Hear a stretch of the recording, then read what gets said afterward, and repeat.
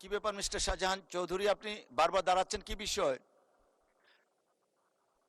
Mister Shahjahan Chowdhury, programme 15, mister Shahjahan Chowdhury. মাননীয় speaker, আপনাকে অসংখ্য ধন্যবাদ। আমি আসলে বারবার দাঁড়াচ্ছি যে একটা ব্যথা নিয়ে। আজকে আমাদের চট্টগ্রামে নিউ মার্কেটের সাথে একটি কলেজ আছে। ওই কলেজে যেই নিউ মার্কেটে 36শে জুলাই 29শে জুলাই একটা মহাসমাবেশে বৈষম্য বিরোধী ছাত্র আন্দোলনে যারা আক্রমণ করেছিল, আজকে তারাই, যাদের নাম লিস্টে আছে, ফেসবুকে ছবিগুলা দেখবেন, যারা নিউ মার্কেটে আক্রমণ করেছে তারাই আজকে সিটি কলেজে একটি ছাত্র সংগঠন, অর্থাৎ সেইখানে সাধারণ ছাত্রদের একটি সমাবেশে ওই সশস্ত্র সন্ত্রাসীরা আক্রমণ করে শুধু একটা পিকচারকে নিয়ে, এবং একজনের পা কর্তন করে ফেলেছে মাননীয় স্পিকার। তাই আমাদের মাননীয় স্বরাষ্ট্রমন্ত্রী এখানে আছেন। এই অবস্থায় চট্টগ্রামে এখনো তাদের নামে মামলাও আছে। এই সমস্ত ছেলেদের ব্যাপারে এই যে একটি ঘটনা অশান্ত সৃষ্টি করার জন্য, চট্টগ্রামের শান্ত পরিবেশকে অশান্ত করার জন্য সিটি কলেজের নামদারি পার্শ্ববর্তী এলাকার অস্ত্রধারীরা যাদের নামে মামলা আছে, তারা যে সাধারণ ছাত্রদের উপর আক্রমণ করে একটি পা কেটে নিল, এই ব্যাপারে আপনার দৃষ্টি আকর্ষণ করছি। এবং মাননীয় স্বরাষ্ট্রমন্ত্রী মহোদয় এইখানে আছেন, এই বিষয়টা মাননীয় সদস্য বিশেষভাবে দেখার জন্য মাননীয় সদস্য আপনি এই ব্যাপারে যথাযথ আপনাকে নিয়মে নোটিশ অসংখ্য দেন, ধন্যবাদ।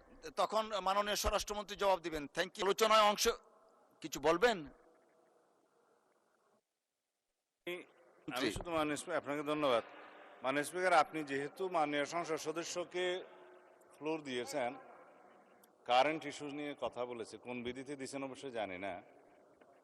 তো যেহেতু একটা আমাদের উপরে একটা ব্লেম চাপানোর বিষয় হয়েছে রাজনৈতিক দল হিসেবে, আমার কাছে কারেন্ট নিউজ তো মাননীয় স্পিকার স্বরাষ্ট্রমন্ত্রী হিসাবে আসে বিভিন্ন ইন্টেলিজেন্স রিপোর্ট থেকে। আমি এটুকু জানি চট্টগ্রামে একটা আজকে এরকম ঘটনা হয়েছে, ইন বিটুইন ছাত্র শিবির এবং ছাত্রদল, এইভাবে একটা নিউজ বেরিয়েছে।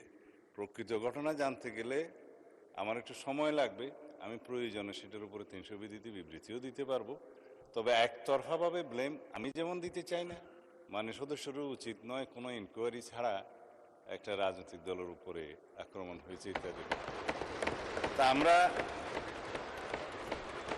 আমি মনে করি উনি নোটিশ দিলেও আমি বলবো যে আমাকে সময় দিতে হবে, আমি 300 বিধিতে বিবৃতি দেব।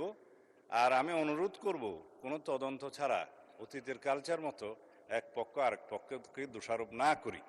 আমরা যদি এরকম কোনো ঘটনা হয় সেটা অবশ্যই থানায় মামলা দায়ের করতে হবে, যথাযথ তদন্ত হবে এবং সুষ্ঠুভাবে সেটা তদন্ত প্রক্রিয়া চলবে।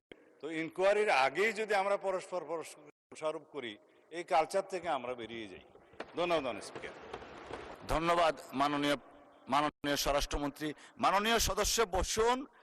আমাদের চট্টগ্রামের মাননীয় সদস্য বারবার দাঁড়াচ্ছিলেন, আমি জানতাম না কি বিষয়ে।